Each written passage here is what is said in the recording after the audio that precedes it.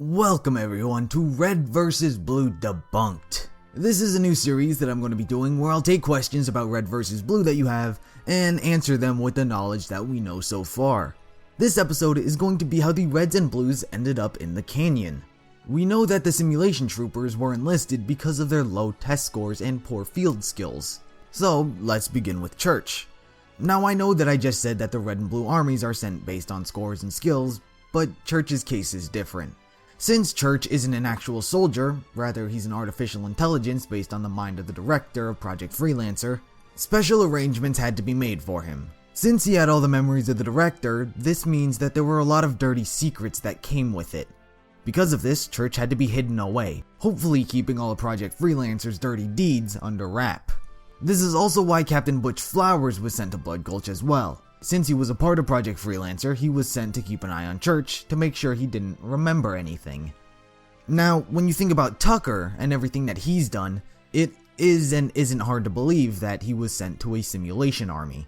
I mean, he's shown his worth as a soldier more times than one now. He's defended a temple all by himself, he confronted a psychopathic mercenary with his life on the line. Sometimes it's hard to believe that Tucker is grouped with all these other soldiers. But why is he grouped with all of the others? Well, you see, he was transferred to the simulation army because he pretended to be a licensed military physician named Dr. Cloydus. But I think a trained medical professional should be the one I'm a doctor of love, PhD, certified in loveology, general harasstioner, sexologist. First of all, love is not an officially recognized medical specialty. Now on the complete opposite side of the spectrum, we have Caboose. Unlike Tucker, where we wonder why he was sent to the canyon, we can immediately see why Caboose was sent there. Prior to him being stationed on Blood Gulch, he was stationed on a low-gravity outpost on a remote moon, hence why he's so much stronger than everyone else. During his time there, he managed to receive multiple demerits for endangering teammates by having zero concept of how breathing works in space. FYI, it doesn't. For endangering everyone, Caboose was sent away only to endanger more people. On the other side of the canyon, however, you have the Red Team. If you watched my 5 facts about Sarge, then you know the reason. But if you didn't, let me explain it again. Before Blood Gulch, Sarge used to be an ODST.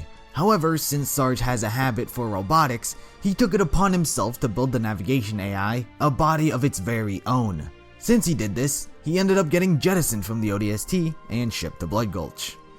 Simmons, the second in command, is practically the Red Team version of Tucker.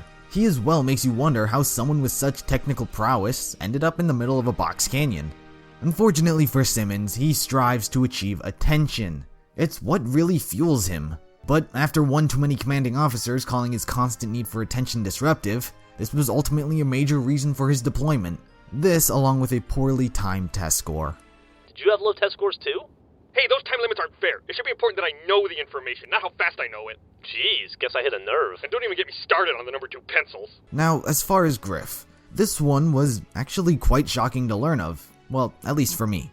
Prior to Blood Gulch, Griff was stationed on a doomed colony that was wiped out during the Great War. Griff managed to survive the enemy's ambush by complete luck. Fortunately for him, he was sleeping at his post. Both friendlies and aliens walked right past him during the battle because they thought he was KIA. Soon after, he was transferred. So as far as Donut, I would say is the most underwhelming of the bunch. It's quite simple. He was transferred after violating the UNSC's strict policy against cheese and wine hours in the middle of field exercises.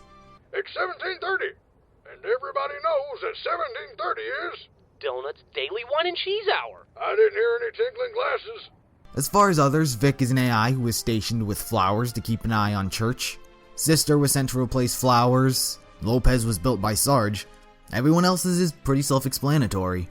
And with that said, that is going to do it for this episode of Red vs. Blue Debunked. If there are any other questions that you have about the Red vs. Blue storyline, then feel free to ask them in the comments below, and maybe you'll be responsible for the next episode.